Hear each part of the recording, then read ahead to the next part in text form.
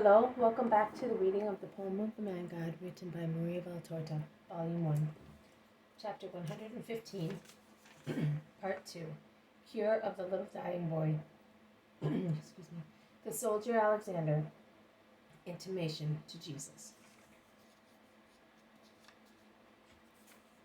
It continues. On the steps limiting the arcade, leaning against a column, there is a tormented woman, weeping over her dying child. The little boy is wan. His half-open purple lips are breathing heavily, as is typical of people whose brains have been injured. A bandage is tied round his head, stained with blood, at the back of his neck and at his forehead. His head is split at the front and at the back. His brains can be seen. A head is tender at that age, and the horse was a huge one, and had been shod recently, explains Alexander. Jesus is close to the woman, who does not even speak anymore, agonizing as she is over her dying son. He lays his hand on her head.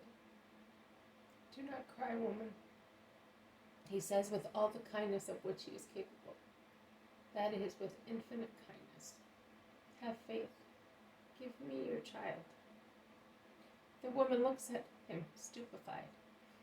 The crowd curse the Romans and pity the dying boy and his mother. Alexander is filled with anger for the unfair charges and with compassion and hope. Jesus sits beside the woman because he sees that she is unable to make any gesture. He bends down. He takes the little wounded head in his long hands. He bends lower over the waxen little face, breathes over the wheezy little mouth. A few moments. Then he smiles, a smile hardly perceptible through his locks of hair which have fallen forward. He straightens himself. The child opens his little eyes and makes the gesture of sitting up. His mother fears that it is his last movement and screams, pressing him to her heart. "Let him go, woman. Child, come to me," says Jesus, still sitting beside the woman and stretching out his hands with a smile. And the boy throws himself confidently into those arms and weeps, not out of sorrow, but because of the fear which is coming back to him with his returning memory. "There is no horse here. The horse is not here," Jesus assures him. "It is all over. Is it still painful here?" "No, but I'm afraid. See, woman? It is nothing but fear. It will soon be over. Bring me some water. The blood and bandages are affecting him. John, give me one of the apples you have. Take but one. Eat it. It is good." They bring water. It is the soldier Alexander who brings it in his helmet. Jesus makes the gesture of undoing the bandage. Alexander and the mother says, "No, he's coming round, but his head is split." Jesus smiles and unties the bandage. 1, 2, 3, 8 turns. He removes the blood-stained cloth. From the middle of his forehead to the back of his neck, on his right-hand side, it is all one clot of blood, still soft, among the child's hair. Jesus wets a bandage and washes, but underneath there is the wound. "If you remove the clot, it will start bleeding again," insists Alexander.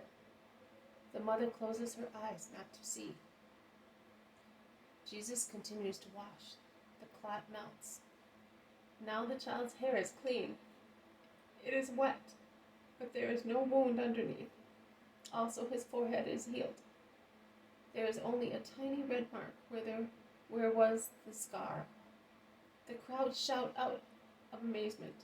The woman dares to look, and when she sees, she no longer controls herself. She throws herself on Jesus, embracing him with her child, and weeps. Jesus puts up with the effusion and the shower of tears. Thank you, Jesus, says Alexander. I was sorry I had killed this innocent boy. You have been good and trustful. Goodbye, Alexander. Go back to your work. Alexander is about to go away when some officials of the temple and some priests arrive like so many hurricanes. The high priest orders you through us to leave the temple, you and the heathen desecrator, at once. You have upset the offering of the incense. That man has entered a place reserved exclusively to Judeans. It is not the first time that the temple has been disturbed because of you. The high priest, together with the elders on duty, orders you never to put foot in here again. Go away and stay with your heathens. We are not dogs either, he said. There is only one God, creator of the Judeans and of the Romans. If this is his house, and I was created by him, I ought to be allowed to come in as well, replies Alexander, stung by the scornful tone in which the priests pronounce heathen. Heathens. Be quiet, Alexander, I will speak, cuts in Jesus, who has handed the boy back to his mother after kissing him, and is now standing up. He says to the group who are turning him out, no one can forbid a believer, a true Israelite, whom no one can prove guilty of sin, to pray near the holy. But to explain the law in the temple, yes, he can be forbidden. You assumed the right without having it and without asking for it. Who are you? Who knows you? How dare you usurp a name and a position which do not belong to you? Jesus looks at them with knowing eyes. He then says, Judas of Kerioth, come here. Judas does not appear to be very enthusiastic about the invitation. He had tried to disappear as soon as the priests and the officials of the temple arrived. However, they are not wearing military uniforms. It must be a civil office. But he is obliged to obey because Peter and Judas of Alphaeus push him forward. Judas, please answer. And you, look at him. You know him. He is of the temple. Do you know him? They are obliged to reply, yes, we do. Judas, what did I ask you to do when I spoke here for the first time? And why were you amazed? And what did I say to you in reply to your amazement? Speak and be frank. He said to me, call the officials on duty that I may ask him for permission to teach. And he gave me his name. He explained who he was and mentioned his tribe, and I was astonished, as I considered it a useless formality, since he says that he is the Messiah. And he said to me, it is necessary, and when the hour comes, remember that I never lacked in respect to the temple and its officials. Yes, that is what he said. I must say so to honor the truth.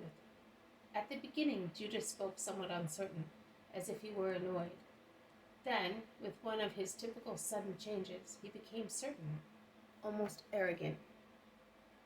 I am astonished that you should defend him. You have betrayed our trust in you, says a priest to Judas reproachfully. I have not betrayed anyone. How many of you are of the Baptist? So are they traitors? I am of Christ, that's all. Well, he must not speak here. He may come as a believer. It is even too much for one who is friendly with heathens, prostitutes, and excisemen.